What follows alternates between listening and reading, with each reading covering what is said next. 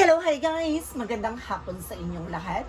This is your guys, Mama Sigrid Channel, affiliate also at tarot reader. So, ngayong hapon na to, tingnan natin nagsabihin sa iyo ng ating mga gabay. So, this is a weekly gabay for the month of February 17 hanggang February 23 for the sign of Capricorn. So, Capri, welcome sa my channel. Ano kayang messages, advices ng spirit guides ang ating masasagot for today's video?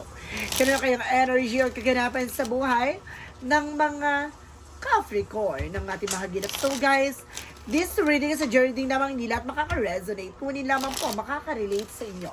And comment down below kung kaninong energy ang ating nasagot. And guys, don't forget to like and subscribe my channel. And hit notification bell for more videos update. Of course, maraming salamat po sa mga walang sawang pagsuporta sa aking channel.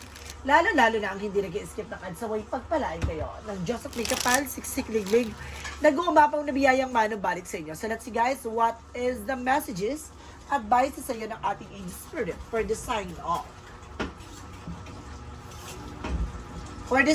of Capricorn. So let's see and watch this.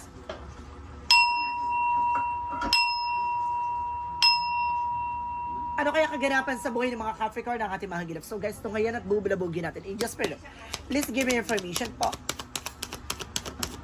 Okay, this is something na high fan for a lesson learned.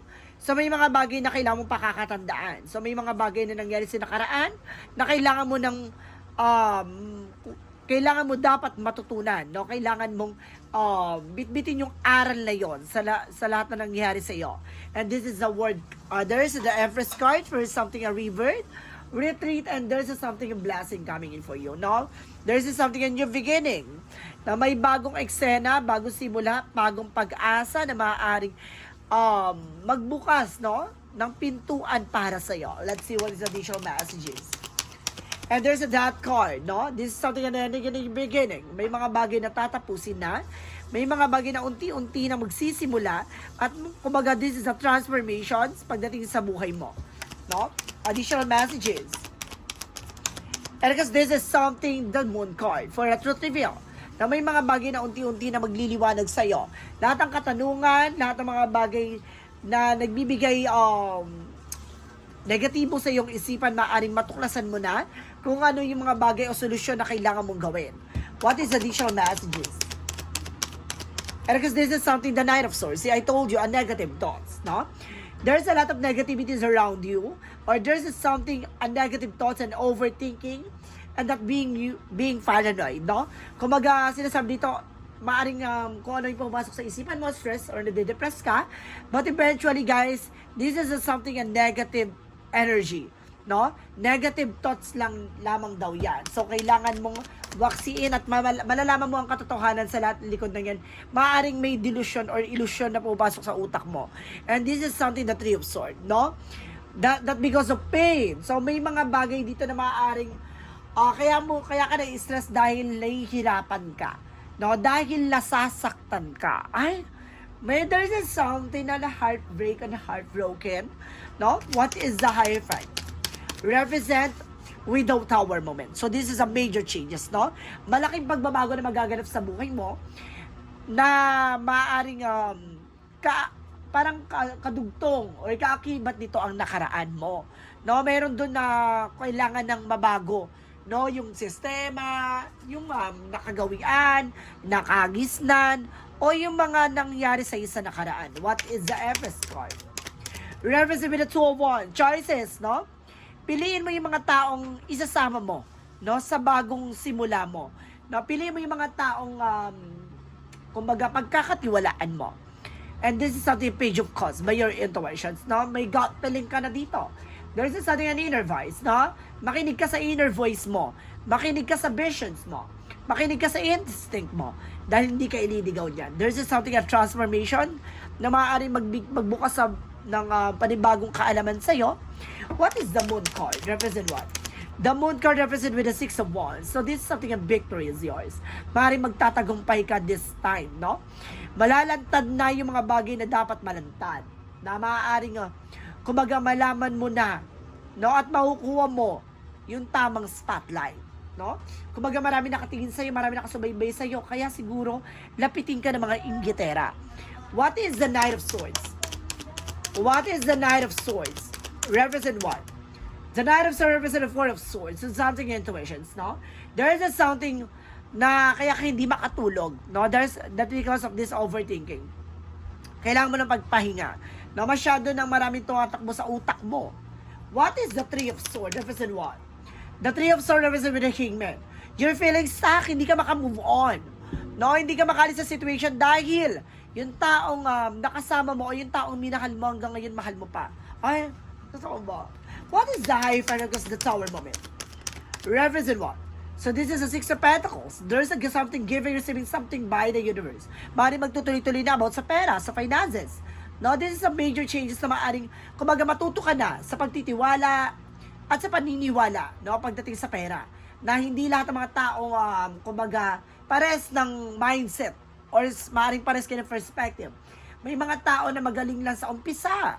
No, pagdating na nandyan na, wala na. No, kumbaga maglalaho na parang bula. So, piliin mo yung mga taong pagkakatiwalaan mo. No, marami ka ng pautang, marami ka ng, kumbaga, napahiram. So, mag-ingat ka na. What is the Empress card? Because the Two of Wands represent with the Knight of Pentacles. So, this is something blossoming. Na maaaring lumago, lumakas ang finances mo. There's something a new beginning.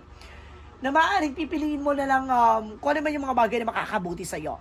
Na may bagong mundo, bagong yugto. Nasa sa'yo na yan kung paano mo pa iikutin ang bagong eksena mo. What is the Death card? Because the Page of Cups represent with the Five of Wands in reverse. So, something no more complications, no? No more struggles. Maaaring tapos na ang mga komplikasyon, tapos na ang mga pagsubok, tapos na ang mga hanash ng mga tao sa paligid mo. This is a transformation. Malaki na ang pagbabago. And there's a Star card represented with the Moon card represented the Six of Wands. There's a something, a victory, na maaaring magliwanag sa unti-unti nang ihilaw mo yung mga sugat ng nakaraan. So this is something, an information with the Knight of Swords, the Four of Swords.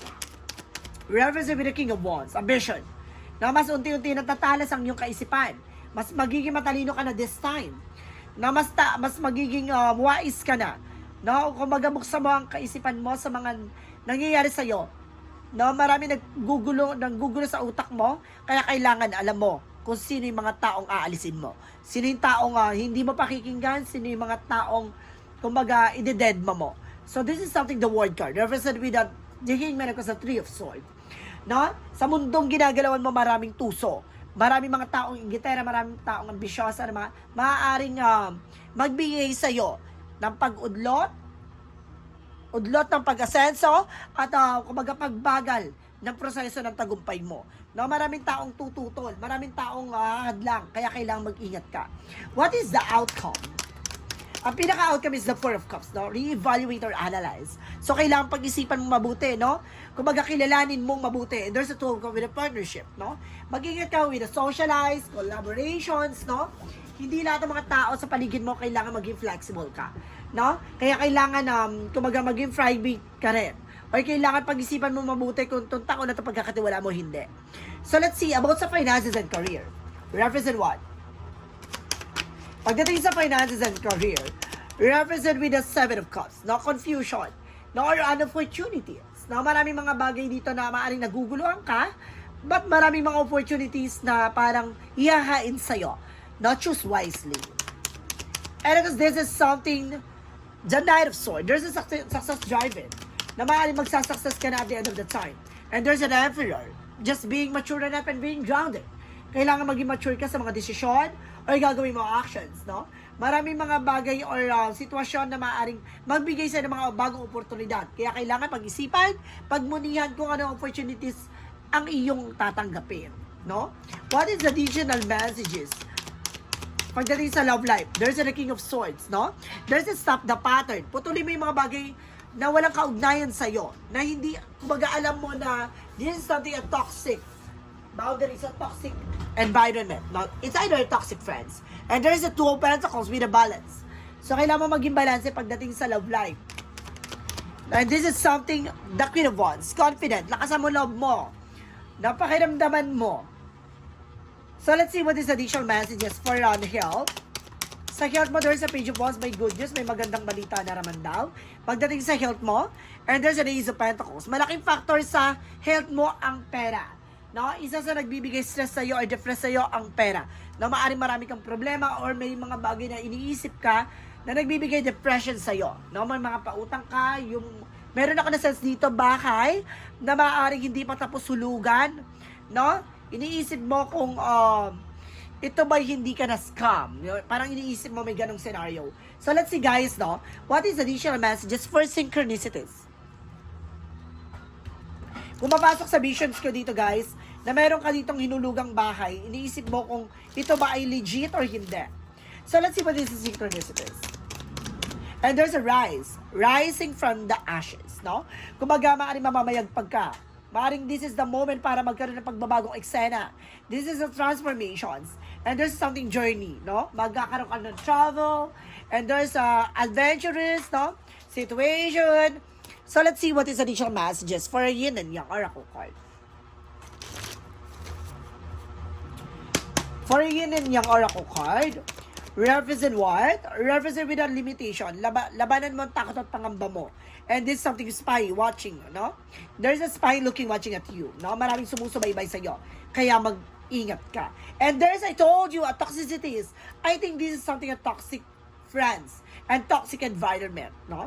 So let's see guys, no? What is the magical fairy messages? Represent what? Kailangan mo ng magpakalayo-layo sa mga kaibigan mong mga parasites, no? Kumbaga, nandyan lang pag kailangan mga users, no? And there's a lot of trouble coming in for you. Nakikita mo yan, there's a trouble. And this is something assertiveness. Alam mo dapat sa sarili mo yung grounds mo. Hindi ka dapat kumbaga nakikinig, no? Sa mga taong nasa paligid mo, especially with your friends, no? Kumbaga, pinaiikot ka nila. Magaling sila magpaikot ng tao. What is the romance angels represent what? With a mystic love oracle that. And there's a single parent. Some of you guys know may single parent daw dito. And there's something great. No, there's no second chances. Kailangan wag mo na balikan yung nakaraan, yung ex mo. And this is something will inner growth, no? Parang, kumbaga, this is the moment na parang makakapagsimula ka na ulit. Bubuhayin ulit yung pagkatao mo. Now, some of you nasa 30 years old, pataas na. So, let's see what is additional messages with Archangel Michael messages for you.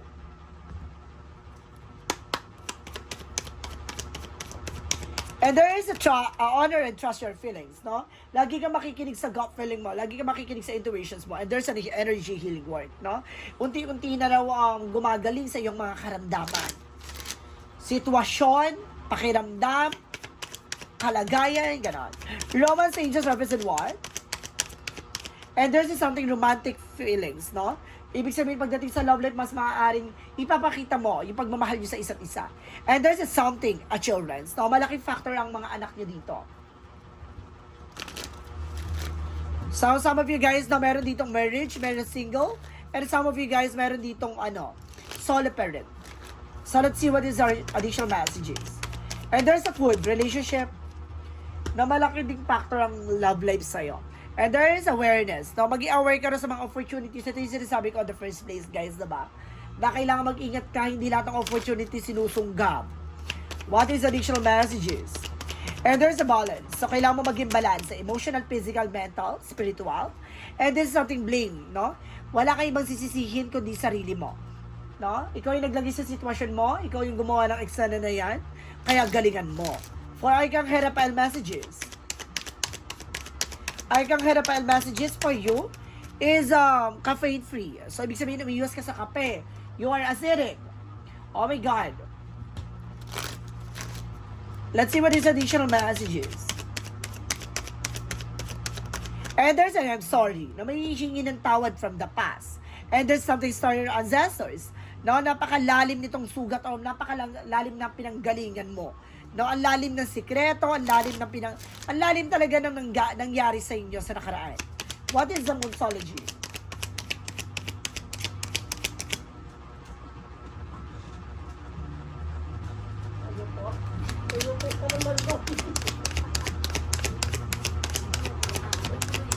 What is the Monsology? What is the Monsology?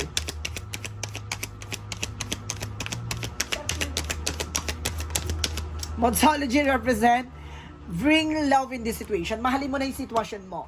And this is something expect the powerful change, no? Mag-expect ka daw ng mga pagbabago or bigla ang pagbabago na mangyayari sa buhay mo. Kaya maghanda ka, no? Bubulabugin daw ng gabay ang iyong buhay. So let's see. Let's see what is additional messages.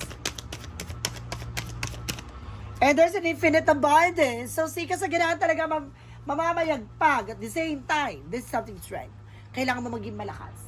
Na maging matibay. Kailangan palaban. Hindi ka pwedeng duwag. Let's see what is additional messages with the name of the Spirit. And there's the third eye. And there's something in the third chakra. No, Archangel Samuel, about naman to sa sikmura. Na parang naninikip dibdib mo, na naninikip sikmura mo dahil sa acid. No, magtantang ka sa kung ano kinakain mo. More on, kumain ka rin more on veggies dito guys, and more on fruits. And this is something sore warning. No, may pagsubok na darating sa buhay mo. Kaya mag-ingat ka for a chakra messages. And there's a growth, may growth and expansion dito guys. And this is something a bittersweet. No, may pait at tamis na tagumpay. At meron talagang humaharang sa iyo para maging matagumpay. What is the angel's answer? I think this is something a friend of yours, no? May kaibigan ka talaga na naramdaman ko dito na traitor. And there's something romance, no? There's something romance, no? Pagdating sa love life din, maaring may gusto siguro sa person mo to. And then, this is something within the next few weeks. Sa mga susunod na linggo, there's something changes. And there's a don't stop. Huwag kang hihinto. No? Tuloy-tuloy mo lamang yan. What is the Jesus loving code said? What is the Jesus loving code said?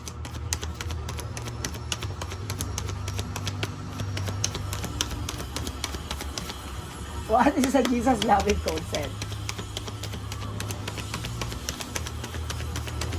Jesus loving code said, represent us and shall be given to you, no? Lumapit ka sa ating Panginoon, ibibigay niya yung mga bagay na kailangan mo at yung mga bagay na karapat-dapat para sa iyo, diba? So let's see what is the angel's number. Represent what? Angel's number represent what? Represent with the 4444 for protections, no? Protection at pangalagaan mo yung sarili mo. Get ready for the good things you've been hoping for. You weren't born for a higher calling. Put your energy into going towards your ambitions. And the universe will align itself to provide you with the right people, circumstances, and resources to make things happen. So talagang mangyayari to, no? Protection at pangalagaan mo yung sarili mo. Dahil meron ditong gumagante or meron gumagawa ng hindi maganda sa'yo para sirain ang mga plano at mga kagustuhan at pangarap mo. Kaya maghanda ka, no? Let's see what is the messages of life represent what. A messages of life represent with a step by step, no?